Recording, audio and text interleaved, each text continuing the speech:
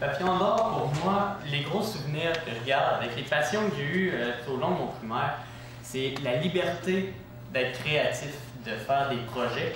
Parce qu'on est jeune, le monde s'ouvre à nous, puis Papillon d'or nous donne comme une chance de l'explorer à un niveau encore plus haut. C'est ça que je retiens de Papillon d'or.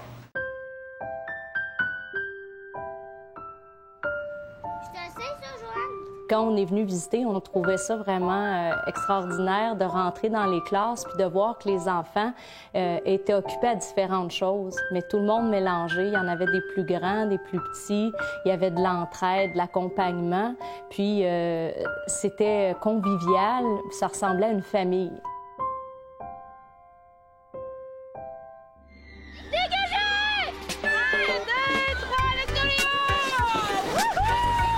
Mardi après-midi, il fallait fabriquer des traîneaux écologiques. Et ben aujourd'hui, jeudi après-midi, on est venu les tester. C'est une école verte, fait qu'on les fabriquait avec des objets recyclés comme du carton, puis une espèce de plastique blanc solide là, qui glisse bien, puis de la corde. Le REPAC, c'est le réseau public des écoles alternatives du Québec. On est 31 écoles qui faisons partie de ce réseau-là. L'important de participer à ce réseau-là, surtout étant donné qu'on est en Abitibi-Témiscamingue, c'est d'avoir un lien avec ce qui se passe, les nouveautés qui se passent au niveau des écoles alternatives. C'est le pic dedans, là tu roules. On a des ateliers l'après-midi, puis le matin on a des cours, c'est vraiment le fun. Moi je trouve ça. Moi j'aime les ateliers multi-âges, à cause que moi aussi je trouve ça vraiment le fun. Les projets personnels, à cause que c'est comme être un peu un mini-prof, puis ça je trouve ça le fun. Ouais, c'est genre. Il y a des ateliers parents qu'il n'y a pas à d'autres écoles. Puis aussi on travaille plus en équipe, là. L'élève de Papillon d'or arrive à 8h30 le matin et de 8h30 à 9h, il n'est pas avec son groupe d'âge. Il est dans ce qu'on appelle un foyer. Il y a des élèves de maternelle à 6e année, environ 2 et 3 de chaque année. Bouger. Et là, ensemble, ils vont faire leur horaire. Les grands peuvent aider les petits en étant tuteurs, en aidant à décrire, à faire les choix. Oh, ça va bien? Ensuite, à 9h, tous les élèves de l'école s'en vont en cours. Donc, les maternelles se retrouvent ensemble, les premières années, et selon les groupes multi-âges de chaque année, où il va y avoir les cours de mathématiques et de français. Ça allait pour tout le monde, les petits autres proches? C'est quoi déjà, l'année? Ensuite, à 11h, on retourne en foyer. On va faire un retour rapide sur l'horaire. Et ils vont faire une période de lecture. Après le dîner, il y a un petit rassemblement encore avec le foyer. Le papa, Alexis, là, il parlait d'ajouter un atelier à 2 heures. Et dans l'après-midi, ce sont que des ateliers. Il n'y a pas de cours obligatoires comme tel. Oui, Léa? À 3 heures, on fait ce qu'on appelle l'objectivation, où tous les élèves retournent encore en foyer et racontent ce qu'ils ont fait de leur journée. Donc, tout le monde peut savoir, ah, vous avez vécu ça, comment ça s'est passé, qu'est-ce que vous avez appris. Dans les foyers, tous les niveaux sont là. Alors, c'est comme, ils sont toujours habitués. Moi, je trouve ça bien le fun qu'il n'y ait pas de... qui ne pense pas meilleur parce que tu es en 6e, tu sais. Pour les jeunes enfants, ça rassure énormément parce qu'ils ont un tuteur, un mentor qui est en 5e, 6e année, qui aide dès la rentrée scolaire les enfants dans leur agenda, dans la circulation dans l'école, à se repérer. Donc, ça rassure énormément à la fois les parents, mais les enfants qui rentrent à la maternelle. Et ce que ça procure aux plus vieux également, c'est un sentiment de fierté, de redonner également ce qu'ils ont, eux, reçu lorsqu'ils sont entrés à l'école. Par exemple, s'il y a un enfant qui a les mains sales et qui a oublié de se laver les mains, il y a un plus grand qui va lui dire viens, on va aller se laver les mains. Veux-tu, je vais t'aider. C'est la différence ici. Puis je trouve que c'est une belle philosophie d'entraide, puis les enfants l'intègrent. À Papillon d'or, le fait qu'ils vivent en foyer, qu'ils vivent proches, qu'ils connaissent, sont près des enfants, des tout-petits, ils les protègent. Puis les tuteurs, ils prennent en charge, ils prennent à cœur leur responsabilité. Numéro 10, la novière. L'orientation des cours, des classes, le fait d'avoir des ateliers par des parents et avoir cette diversité d'ateliers-là, nos enfants se rendent compte qu'ils sont choyés un peu d'être à Papillon d'or parce que c'est pas n'importe quelle école qui est capable de fournir ce support-là et cette approche pédagogique-là également. J'ai des parents, moi, qui ont déjà dit, moi, là, je refais mon primaire. J'ai eu une mauvaise expérience, puis je suis tellement heureuse de venir dans l'école. Je me sens accueillie, je me sens à ma place. J'ai pas l'impression de déranger les gens. Qu'est-ce que vous remarquez sur le nord du Québec? C'est le plus beau. C'est C'est le plus gros, c'est la plus grosse région. Je pense que c'est stimulant pour l'enfant de voir un parent qui a le goût d'être à l'école. Ça donne le goût de continuer l'école. Je pense pas que j'ai les compétences pédagogiques parce que nos enseignantes ont fait 4 ans d'université. Il y a des acquis que nous, on n'a pas. Mais pour moi, c'était important de participer, de ne pas remettre l'éducation de mes enfants dans les mains des enseignantes, non pas parce que je les crois pas compétentes, mais parce que moi, je crois qu'on a un rôle à jouer dans l'éducation de nos enfants. Oh, j'ai pas fait les spirales! Puis quelqu'un pourrait dire, oui, mais c'est pas un prof, puis il n'a pas étudié là-dedans ou comme pédagogue. Mais moi, je répondrais à ça, on se développe pas juste à partir des qualités des autres, mais à partir de leurs défauts aussi. Si tu inscris tes enfants ici, là, c'est parce que tu aimes ça t'impliquer auprès d'eux. Hey, on applaudit! Ça, je pense que c'est une valeur qui est essentielle au niveau de l'école, de dire le parent est chez eux.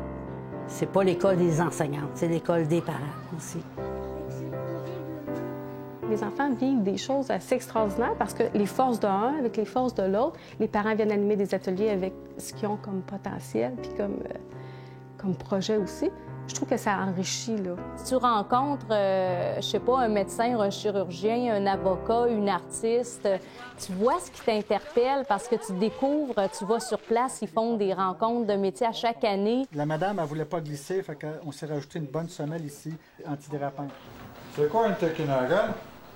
Il y a différentes personnes qui viennent leur présenter leur vision, leur métier, leur monde. Ça, je trouve ça vraiment une belle force de l'école alternative. Je donne un exemple comment le faire. C'est pas maintenant que vous commencez à chercher des affaires. Non, non, non. L'exemple, quand le professeur il déboule en avant pour expliquer, c'est là qu'on regarde.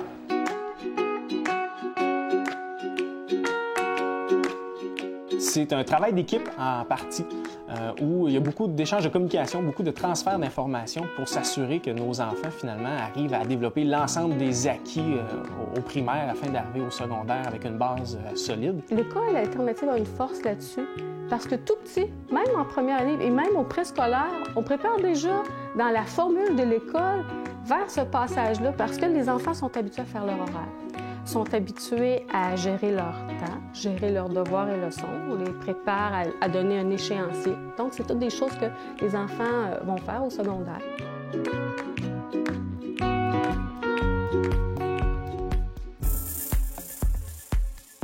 C'est plus facile aussi de se repérer dans les locaux, de changer de classe à chaque période. C'est déjà du vécu ici. Je me suis pas sentie perdue, déstabilisée ou rien de ça. J'ai facilité à me faire des amis, puis j'étais beaucoup moins gênée de parler aux adultes. J'avais une facilité, ça a coulé naturellement. La technique, c'est la couleur, mais là, on utilisait le rouge. Pourquoi, Meryl? Je pense que c'est le fait de m'ouvrir aux autres, de ne pas avoir peur non plus de parler au professeur parce que j'étais déjà habituée d'être en relation avec des adultes, autres que le professeur même, là, avec les ateliers parents, tout ça. Tout ce qu'on a mis en place, ça a une raison d'être. Que ce soit les tables, que ce soit les tapis pour la causerie, que ce soit les tableaux de programmation où l'enfant fait son horaire à partir des matières obligatoires, puis aussi à gérer son temps. Donc l'enfant, s'il n'arrive pas dans son travail personnel parce qu'il a trop choisi d'atelier, il est conscient qu'il doit amener du travail à la maison. Par contre, il y a la possibilité de dire là, je ne suis pas assez avancée dans mon travail personnel, donc je vais me priver peut-être d'un atelier que j'aurais aimé faire, mais pour m'avancer dans mon travail. Donc, on a tous mis en place des moyens de permettre à l'enfant de développer cette autonomie-là, parce que c'est sûr que si on le guide toujours de 8h30 à 9h, tu fais ça, de 9h à 9h30, il n'en prend pas de décision. Ils sont habitués d'être libres aussi, ils sont habitués on travaille l'autonomie. Ici, ils arrivent en maternelle, puis ils apprennent à devenir autonomes, puis ils apprennent à fonctionner au sein de cette grande famille-là de papillons d'or. L'autonomie, de ne pas attendre que quelqu'un les guide. À 8 heures, on fait ça. À 9 heures, on va dans le local d'éducation physique. Non, l'enfant a un guide. L'enfant doit apprendre à gérer une journée comme ils vont avoir à le faire au secondaire, comme ils vont avoir à le faire dans la vie. Chez les enfants qui fréquentent Papillon d'Or, le taux de décrochage est de 0 % dans les 10 dernières années. Donc, il y a des enfants qui ont doublé certaines années. Il y a des enfants qui ont des difficultés scolaires ici à l'école. Ce n'est pas une école élitiste. On retrouve les mêmes difficultés d'apprentissage ici à Papillon d'Or que dans des écoles régulières. Donc, le fait qu'on ait un taux nul de décrochage scolaire, de réussite éducative à 100 % fait en sorte que les commissaires ont été étonnés d'apprendre cette statistique-là, mais ils n'ont pas été étonnés lorsqu'on leur a expliqué la façon que l'école fonctionnait et l'implication acharnée des parents dans la réussite éducative de leurs enfants. Les parents sont des co-éducateurs, puis ça, c'est un point que j'ai vraiment apprécié à l'école, de pouvoir avoir sa place, pas juste sur le plan de venir aider à l'école, mais sur le plan administratif, sur le plan même pédagogique. Le comité pédagogique, c'est un comité qui est au cœur de l'école.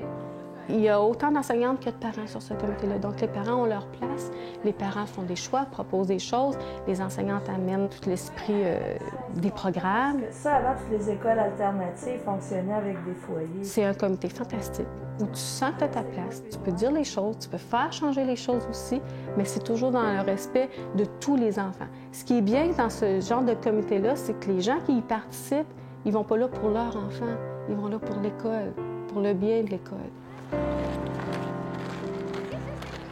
Ce qui est particulier ici, c'est que nos enfants progressent à leur rythme. Les évaluations que les enseignantes portent sur nos enfants se font sur une base individuelle et non nécessairement dans un esprit de groupe. Donc, les enfants ne sont pas en compétition avec le restant de l'école, mais sont, je pourrais dire, en compétition avec eux-mêmes. L'objectif, c'est de se dépasser soi-même au niveau de leur apprentissage. Dans les deux mondes, il y a des forces et des défis dans les deux. Mais l'avantage de passer dans une école alternative, je trouve que c'est la pédagogie est centrée sur l'enfant. Et on prend les enfants où ils sont, puis le but, c'est de les amener plus loin, en respectant leur goût, leur intérêt, leur choix, leur potentiel. Il n'en demeure pas moins qu'on doit toujours être vigilant au niveau de l'intégration de Papillon d'Or comme école alternative au sein de la Commission scolaire de l'Or et des Bois. Donc, on doit s'assurer au conseil d'administration et au conseil d'établissement que les valeurs de l'école se retrouvent bel et bien à l'intérieur des programmes du ministère de l'Éducation. Les 4 premières planètes sont faites de roches, les 4 dernières sont faites de gaz. C'est tous des petits anneaux. Pendant l'année, ils ont réalisé plusieurs projets personnels, mais qui partent d'eux en totalité. Mais sont pas visibles. Ça nous permet de mieux connaître les élèves, eux aussi, de mieux connaître leurs goûts et intérêts et de pouvoir partager tout ça avec parents, enfants et enseignants. Les enfants peuvent faire de l'apprentissage sur un sujet qui les passionne. Alors, tu n'as pas à les motiver. Hein? Le moteur est intérieur. Petits projets avec des petits-enfants, mais les projets grossissaient avec eux autres. À partir d'une toute petite idée et que 6 semaines plus tard, c'est présenter la réalisation de tout ça, mais pour l'enfant, il se dit « Wow, j'ai réussi en 6 semaines à faire ça ». Donc, pour l'estime des enfants, c'est génial aussi. Oui, moi je trouve que tu connaissais bien ton sujet et les choses. C'est quand que... Vivre des projets, les mener à terme, les réaliser, fait en sorte qu'aujourd'hui, c'est encore des enfants qui ont plein de projets. Ils s'engagent dans quelque chose, ils persévèrent puis ils vont jusqu'au bout. Je dirais que ça a été la force qu'il a développée. Ça leur a développé des compétences de vie. Je trouve des choses qui sont en dehors du milieu scolaire, là, mais qui va leur permettre de réaliser leur vie, leurs projets, leurs rêves.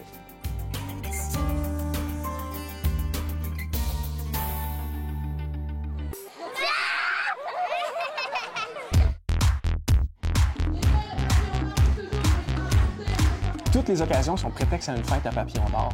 Les activités d'Halloween, de Noël, de fin d'année, bref, c'est un peu comme un gros party de famille où tout le monde se réunit. Tout le monde échange, discute, tout le monde partage les repas, donc ça fait une ambiance assez festive et assez particulière. Donc c'est pour ça qu'on dit qu'à Papillon d'Or, on est tricoté serré. Il y a une partie de notre cœur, je pense, qui est restée ici.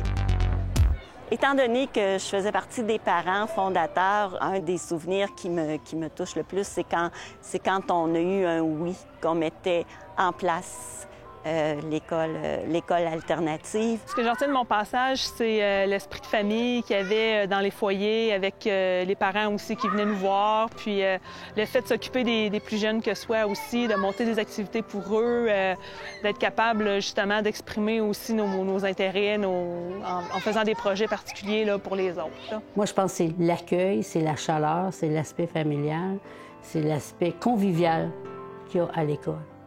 Qu'on fasse du social ou qu'on fasse des apprentissages académiques, on a du plaisir.